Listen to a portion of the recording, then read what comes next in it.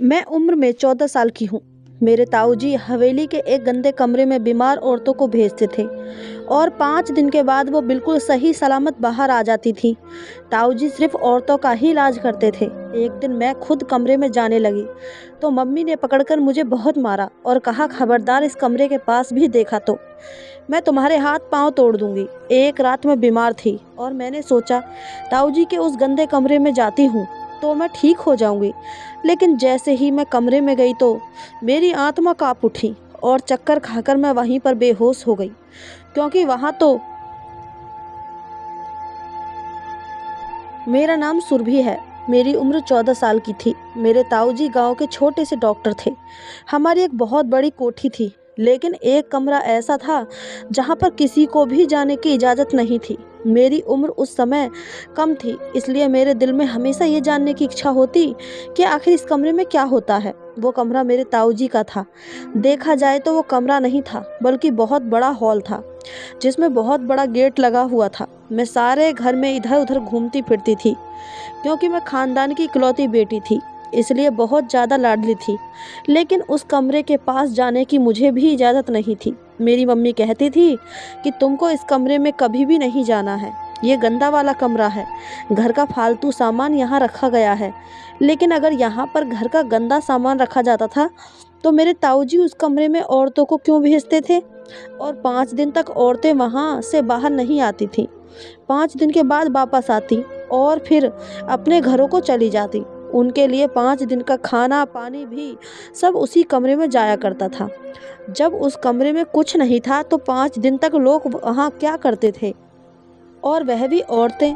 और 5 दिन बाद औरतें सही सलामत बाहर आ जाती थी, जबकि मेरी मम्मी मुझे डराया करती थी कि वहाँ नहीं जाना, वरना तुम्हें कोई चोट लग जाएगी, कुछ हो जाएगा। एक बार सुबह सुबह मुझे एक औरत के रोने की आवाज़ आई। मैंने देखा कि मेरे ताऊजी घर के आंगन में बैठे थे और एक औरत मेरे ताऊजी के कदमों में बैठी थी। कह रही थी कि आप मुझे भी इस कमरे में भेज दें, आपको ऊपर वाले का वास्ता है, मैं बहुत परेशान हूँ, मुझे और कुछ नहीं चाहिए। ताऊजी उससे कहने लगे कि बेटी बात को समझो, तुम्हें मना नहीं कर रहा हूँ, अगले हफ्ते आना। वो कहने लगी कि मुझे अभी इजाज़त मिली है, अगले हफ्ते मुझे इजाज़त नहीं मिलेगी, मेरे घर पर मेहमानों को आना है। वो 5 दिन तक घर से बाहर नहीं निकल सकती थी। कृपया करें, मुझे अभी इस कमरे में जाने दें। मैं घर के अंदर खड़ी थी, लेकिन मुझे आवाज़ आ रही थी और मैं छुपकर ये सब देख रही थी। फिर वो औरत बुरी तरह चिल्लाना शुरू कर दी। ताऊजी ने कहा कि शोर मत करो, तुम्हारी जगह बनवाने की कोशिश करता हूँ। जगह बनवाने से ताऊजी का क्या मतलब था कि वो औरतों से भरा हुआ था? वहाँ जगह नहीं थी, ऐसा भी वहाँ पर क्या होता था? अभी मैं ये सोच ही रही थी कि पीछे से सर में हल्का सा थप्पड़ पड़ा और मेरी माँ ने कहा कि तुम यहाँ क्या कर रही हो, तुम्हें मना किया था ना। मैंने कहा मैं कुछ नहीं कर रही। मम्मी हमेशा मुझे उस कमरे में जाने से मना करती थी, मुझे छोटी छोटी बातों से रोकती थी। मेरे भाई तो सब कुछ करते फिरते थे, इसलिए मैं भी सब कुछ करना चाहती थी। लेकिन मेरी माँ कहती थी तुम हर जगह नहीं जा सकती हो, पर इंसान की फितरत होती है कि जिस काम से उसे रोका जाए वही काम करने के बारे में वह सोचता है। अब मैंने अपनी मम्मी के साथ जिद बना ली और इरादा कर लिया कि मैं जानकर ही रहूंगी कि उस कमरे में क्या होता है। एक बार मेरे पास मेरी एक दोस्त आई और कहने लगी, आ जाओ खेलेंगे, मैं पूरा दिन तुम्हारे घर में ही रहूंगी। मैंने कहा कि तुम्हें कैसे इजाज़त मिल गई मेरे घर में रहने की? तो तुम्हें इजाज़त नहीं मिलती, तुम्हारे माँ बाप तो तुम्हें कहीं जाने नहीं देते। तो उसने बताया कि मेरी माँ कहीं गई हुई है 5 दिन के लिए इलाज करवाने के लिए, बाबा भी सुबह काम पर चले जाते हैं, इसलिए मैं मौका देखकर आ गई हूँ। मैंने कहा फिर तो 5 दिन के लिए लगता है तुम्हारी माँ मेरे घर आई होगी। वो हैरान हुई कि मेरी माँ तुम्हारे घर क्यों आएगी, वो तो किसी और शहर में गई है। मैंने कहा कि तुमसे झूठ बोला है, आजकल जो भी औरत 5 दिन के लिए घर से गायब होती है वो मेरे घर ही आती है, मेरे ताऊजी उसका कोई इलाज करते हैं। वो कमरा देख रही हो ना, वहाँ पे छोड़ देते हैं उनको 5 दिन के लिए, फिर उस कमरे में खाना भी जाता है और पानी भी और बाकी ज़रूरत की चीज़ें भी।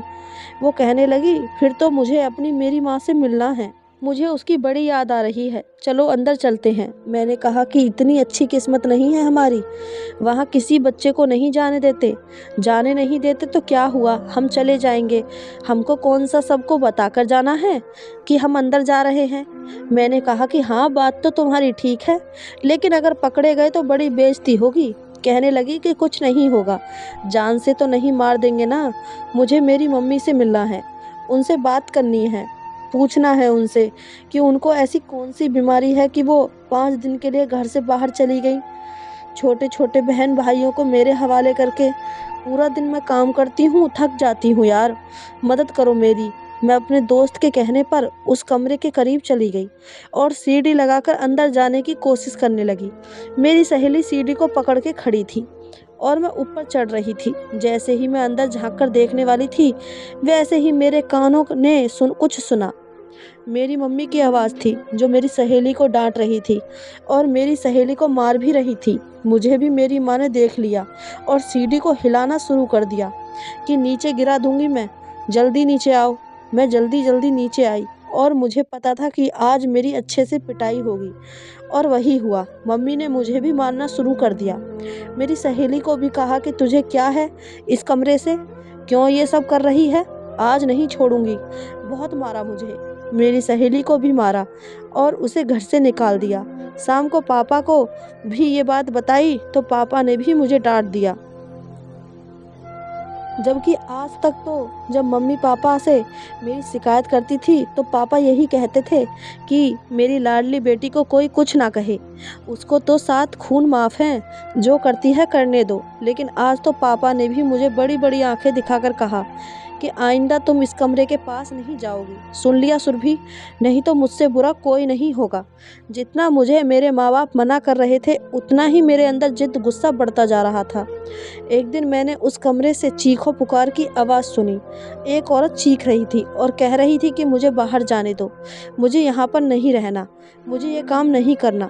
और ताऊजी भी चिल्लाकर कह रहे थे कि बेटी अब आई हो तो ये काम करना पड़ेगा, तुम्हारी वजह से 4 और औरतों को मना किया है मैंने, यहाँ से जाना बहुत मुश्किल है। ताऊजी ने कहा यहाँ जगह बहुत मुश्किल से मिलती है और अब तुम इरादा नहीं बदल सकती। वो औरत रोने लगी और मैं सोचने लगी कि पता नहीं यहाँ पर क्या हो रहा है। एक दफ़ा मैं रात को अपने कमरे में सो रही थी कि डर गई। मैंने चीखना चिल्लाना शुरू कर दिया। मेरे पापा भी जाग गए और मम्मी भी, दोनों बहुत ज़्यादा परेशान हो गए। मैं मम्मी के गले लग गई और रोने लगी। मेरे पापा ने कहा कि क्या हुआ है इसको। मेरी माँ ने कहा कि हमेशा उस कमरे के आसपास मंडराती रहती है, कहीं इसने अंदर झाँक कर तो नहीं देख लिया। पापा और माँ की आंखों में अजीब सा डर था। पापा ने कहा ऐसा हुआ तो बिल्कुल भी अच्छी बात नहीं है, फिर तो ये सारी ज़िंदगी डरती रहेगी। मैं उस वक्त नींद में नहीं थी, उनकी बातें सुन रही थी। आखिर क्या था उस कमरे में जिसको देखकर मैं सारी ज़िंदगी डरती रहती। फिर मैंने सोचा कि शायद मुझे पास रखने के लिए इस तरह की बातें कर रहे हैं। लेकिन एक दिन मेरी तबीयत बहुत ज़्यादा खराब हो गई। मम्मी को बताया तो उन्होंने कहा कि दवाई दे देती हूँ, ठीक हो जाएगी। लेकिन मुझ पर मम्मी की दवाई का असर नहीं हो रहा था। मेरे पेट में बहुत ज़्यादा दर्द हो रहा था। मेरी माँ अपने काम में लगी थी, घर में कोई भी नहीं था। सोचा कि औरतें उस कमरे में जाती हैं तो ठीक हो जाती हैं, कहती हैं कि हमारे सदियों पुरानी बीमारी ठीक हो गई हैं, हमारी 50 साल की बीमारियां दूर हो गई हैं। मुझे तो सिर्फ पेट में दर्द है, अगर मैं 2 घंटे के लिए उस कमरे में चली जाऊंगी तो मेरा दर्द भी ठीक हो जाएगा और यही अच्छा बहाना है। कोई मुझसे पूछेगा तो मैं कहूँगी कि मेरी तबीयत खराब थी, इसलिए मैं वहाँ चली गई। उस कमरे में जाने से कोई दिक्कत नहीं थी, आराम से मैं अंदर जा सकती थी, क्योंकि उसके दरवाजे के ऊपर इतनी जगह थी कि मैं आराम से उसके अंदर से निकल सकती थी। दिक्कत ये थी कि वहाँ जाने से पहले ही किसी न किसी को मालूम हो जाता था और मेरा प्लान नाकाम हो जाता था। लेकिन आज मैदान बिल्कुल साफ लग रहा था। आज मुझे कोई भी रोकने वाला नहीं था। पापा घर नहीं थे और ताऊजी भी घर पे नहीं थे। घर के कुछ नौकर भी छुट्टी पर थे। दोपहर का वक्त था। मम्मी अपने काम करने के बाद थोड़ी देर के लिए सो गई थी और मेरे पास यही वो वक्त था कि मैं आज उस कमरे में जा सकती थी। मैंने बहुत आराम से सुकून से सीढ़ी को गेट पर रखा और आराम से दूसरी तरफ उतर गई। मैं इस कमरे के अंदर थी। दरवाजे के आगे बड़ा सा पर्दा लगाया हुआ था। पर्दे को हटाया तो सामने अंधेरा था।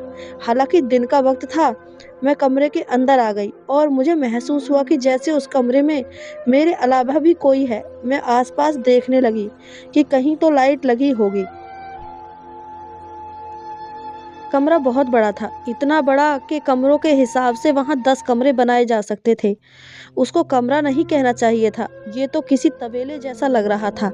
और इतनी गंदी बदबू आ रही थी उस कमरे से, मैं हैरान रह गई। इतनी गंदी बदबू थी कि मैंने अपनी नाक पर हाथ रख लिया। जल्दी जल्दी स्विच तलाश करने लगी, जो मुझे मिल ही गया। 2 से 4 बटन मैंने दबाया तो अचानक कमरे में रोशनी फैल गई। मुझे अच्छी तरह याद है कि उस कमरे में गेहूं रखी जाती थी, लेकिन क्या उस गेहूं को यहाँ से हटाया नहीं गया था जो इतनी बुरी बदबू आ रही थी। मैंने जैसे ही लाइट ऑन की, मेरी रूह कांप गई, हाथ पांव कांपने लगे, क्योंकि जो मंजर मैं अपनी आंखों से देख रही थी वो किसी 14 साल की बच्ची के लिए एक बहुत ही अजीब और खौफनाक मंजर था। उस कमरे में कुछ जानवर पड़े थे जो लाइन से पड़े हुए थे, 7 से 8 एक तरफ, बाकी दूसरी तरफ। लेकिन ये बात मेरी समझ से बाहर थी कि उन जानवरों के सर औरतों की तरह थे, पर जिस्म भैंसे जैसा था। मैं बुरी तरह चिल्लाने लगी, चीखने लगी। वो सारी एक साथ बोलने लगी, डरो नहीं, ऐसा वैसा कुछ नहीं है, क्यों डर रही हो। और मैं वहीं पर बेहोश हो गई। जब होश आया तो मैं अपने कमरे में थी और मेरी माँ मेरे सिरहाने बैठी रो रही थी और मेरे पापा के साथ लड़ रही थी। क्यों करते हैं तुम्हारे भाई इस तरह के काम? वो जमाने चले गए, अब कौन ऐसे काम करवाता है? दूसरों को भी तंग करते हैं। घर में इस तरह की चीज़ें रखेंगे तो बच्चों का ध्यान तो जाएगा ना। बच्चों की तो आदत है, जिस काम से उनको मना करो उनको वही करना होता है। इसका क्या कसूर है? इतनी बुरी तरह डर गई है मेरी बच्ची। अगर डर के मारे इसका दिल बंद हो जाता, वहीं पड़े हुए ये मर जाती, तो हम क्या करते? डॉक्टर के पास ले जाने तक भी क्या कर लेते हम। अपने भाई को मना करो, अब ये पुराने तरीके छोड़ दें।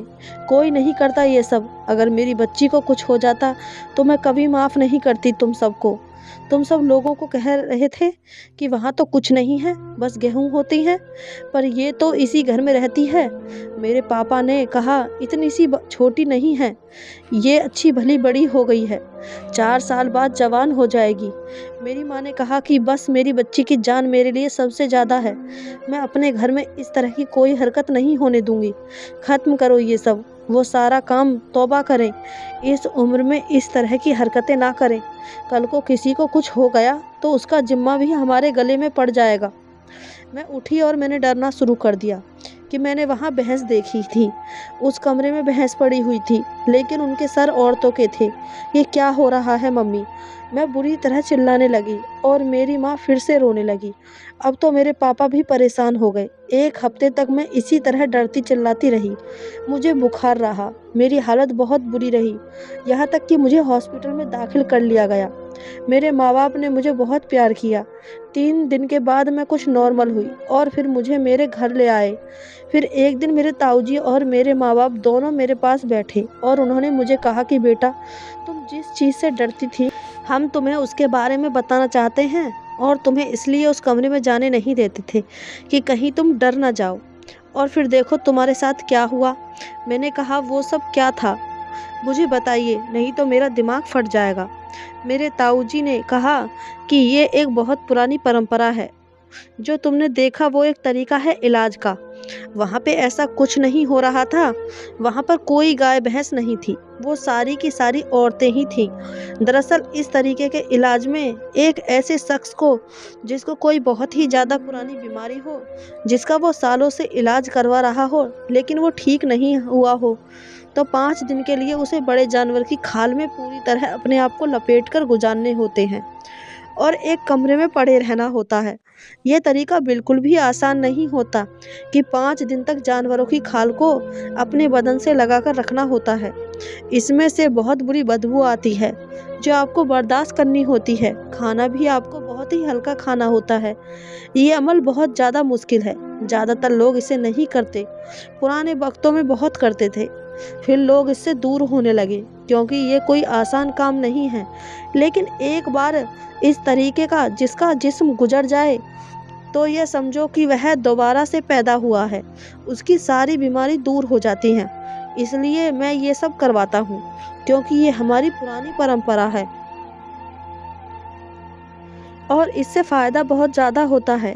इस तरह से कोई शख्स जानवर की खाल लपेटकर गर्दन तक बैठा हो तो जाहिर है अजीब लगता है, इसलिए तुम्हें वहाँ जाने नहीं देते थे। बच्चों को ये मंजर दिखाना कोई अच्छी बात नहीं है। अब तुम हमारे खानदान की एक ही बच्ची हो, लेकिन अब तुम बड़ी हो गई हो।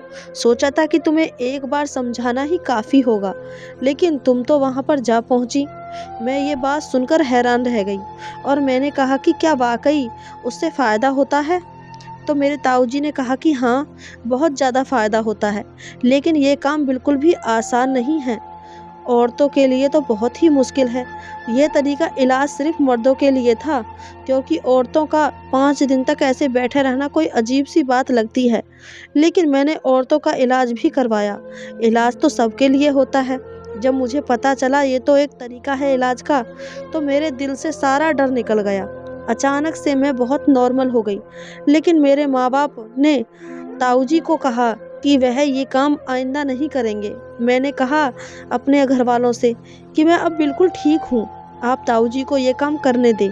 ऐसे लोगों का फ़ायदा हो रहा है तो ये रुकना नहीं चाहिए। बाकी लोग कई कई सालों तक अपने साथ बीमारियां लेकर चलते रहते हैं, इलाज भी करवाते हैं, दवाइयाँ भी खाते हैं, लेकिन असर नहीं होता है। अगर इस तरह से लोगों को इलाज मिल रहा है तो हमें ये रोकना नहीं चाहिए। लेकिन मेरे पापा ने कहा कि इस घर में अब ये काम नहीं होगा। कल को किसी रिश्तेदार या किसी मेहमान के बच्चे आएंगे तो क्या हम उनको रोकते फिरेंगे? वैसे भी गांव वाले भी आपके खिलाफ हो रहे हैं। वह कहते हैं कि ये तरीका इलाज औरतों के लिए नहीं था। आपने औरतों के लिए क्यों शुरू किया? हमारे लिए यह कोई प्रॉब्लम बन जाएगा। वैसे यहाँ के लोग थे भी ऐसे ही। ऐसी बातों पर तो लोग मरने मारने को उतर आते थे। इसलिए ताऊजी ने भी प्रॉब्लम समझकर इसे ख़त्म कर दिया। लेकिन जैसे जैसे मैं बड़ी होने लगी, वो मुझे सब कुछ बताया करते थे कि ये सब कैसे होता है, इसके तरीके क्या हैं, किस तरह से करते हैं, 5 दिन तक कहाँ रखना होता है, ऐसे मरीज को खाने के लिए कौन सी चीज़ें देनी चाहिए, उसे कितना पानी पीना चाहिए। मेरे ताऊजी मुझे सब कुछ बताते थे। मैं मेडिकल की स्टूडेंट बन गई और डॉक्टर बन गई। मेरे ताऊजी इस दुनिया से चले गए, लेकिन उनका सारा तजुर्बा मैंने अपनी डायरी में नोट कर लिया और फिर मैंने इस काम के लिए वहीं पर एक बहुत अच्छी जगह बनाई। उसी जगह को मैंने साफ़ करवा के यहाँ पर टाइलें लगवाई, एसी लगवाए, छोटे छोटे कमरे बनवाए और उस काम को साफ़ सुथरे और अच्छे तरीके से शुरू किया। अब यहाँ पर ना सिर्फ गांव के लोग बल्कि आसपास से भी लोग आने लगे। वो 5 दिन के लिए अपने आप को हमारे पास जमा करवा देते हैं और हम उनसे उस काम के पैसे भी लेते हैं और साथ उनकी मदद भी करते हैं। अगर कोई ऐसा मरीज आता जो पैसे नहीं दे पाता था तो हम उससे पैसे नहीं लेते थे। और ये देखकर मैं वाकई हैरान थी कि जो काम बड़ी बड़ी दवाइयाँ ना कर पा सकती थी, वो काम इस तरीके से हो जाता था। लोग वाकई कहते थे कि हमें लगता है कि हमारे सारे प्रॉब्लम ख़त्म हो गए हैं। मेरे घर वालों ने मुझे बहुत मना किया, मुझे कहा कि मैं ये काम नहीं करूं, लेकिन मुझे मेरे ख़ानदान की परंपरा को लेकर चलना था। मेरे घर वालों ने मुझे इस काम की वजह से जायदाद देने से भी इनकार कर दिया। लेकिन फिर पता चला कि मेरे ताऊजी अपने हिस्से की सारी जायदाद मेरे नाम करके गए थे। हालांकि उनके 4 बेटे भी थे, लेकिन शायद वह जानते थे कि मैं इस तरफ चली जाऊंगी। इन्हीं पैसों से मैंने ये छोटा सा काम शुरू किया था और बेशक लोगों का फ़ायदा भी हो रहा था। जब इससे लोगों को फ़ायदा मिल रहा था तो फिर अमल को रोकना नहीं चाहिए था। कुछ लोग आज भी इसको बुरा समझते हैं, इसके बारे में बातें करते हैं, लेकिन अब वो ज़माना नहीं रहा। कानून भी मुझे नहीं रोक सकता और कुछ हो भी नहीं सकता, क्योंकि ये कोई गलत काम नहीं है। कई तरीके के इलाज तो इससे भी खतरनाक और अजीबोगरीब किस्म के होते हैं। ये तो कुछ भी नहीं था। लेकिन सबसे अच्छी बात यह है कि जिस चीज़ से मैं इतनी बुरी तरह डर गई थी कि 7-8 दिन तक मेरी हालत गंभीर हो गई थी, आज वही मेरा रोजगार का साधन भी है और सुकून भी। मैं बहुत ज़्यादा खुश हूँ और मुक्त भी। तो दोस्तों आपको ये कहानी कैसी लगी हमें कमेंट करके ज़रूर बताएं। कहानी अच्छी लगी हो तो चैनल को सब्सक्राइब, वीडियो को एक लाइक ज़रूर करें। धन्यवाद दोस्तों।